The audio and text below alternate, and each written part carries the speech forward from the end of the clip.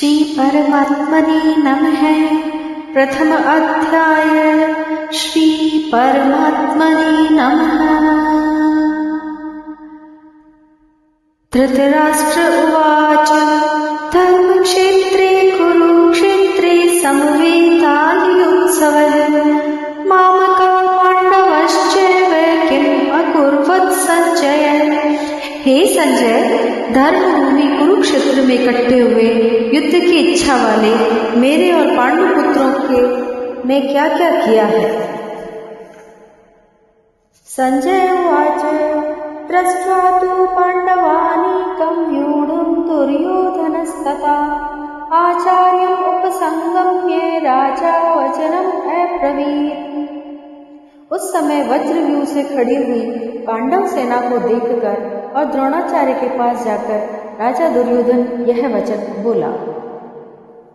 पश्येतां पांडुपुत्राणाम् आचार्यं महती चमू व्यूढां द्रुपदपुत्रेण तव शिष्येण धीमता अत्र शूरा महेश्वासा भीमार्जुन समायुधि युयुधानो विराटश्च द्रुपदश्च महारथः दृष्टकेतुश्चेकितान् काशीराजश्च वेद्यवान् पुरोजित कुन्तिभोजश्च शैपञ्च नरपुङ्गवः युधामन्युश्च विक्रान्त उत्तमौजाश्च वीर्यवान् सौभद्रो द्रौपदेयश्च सर्व एव महारथाः।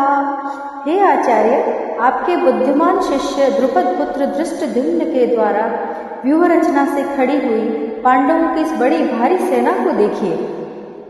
वहां पांडवों की सेना में बड़े बड़े शूरवीर हैं जिनके बहुत बड़े बड़े धनुष हैं तथा जो युद्ध में भीम और अर्जुन के समान हैं।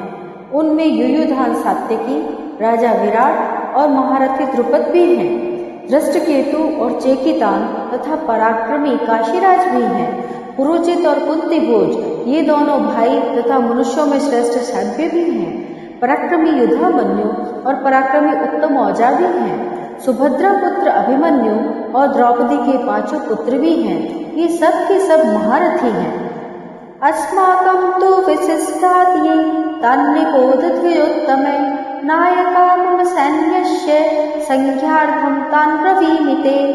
पवान् भीष्मश्च कर्णश्च कृपश्च समितिञ्जय अश्वत्थामा विकर्णश्च सौमदत्तिस्तथैव च।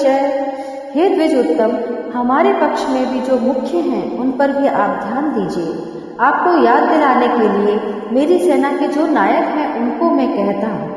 आप द्रोणाचार्य और पितामह भीष्म तथा कर्ण और संग्राम विजयी कृपाचार्य तथा वैसे ही अश्वत्थामा, विकर्ण और सोमदत्त का पुत्र भूरिश्रवा सोमदत्ति है।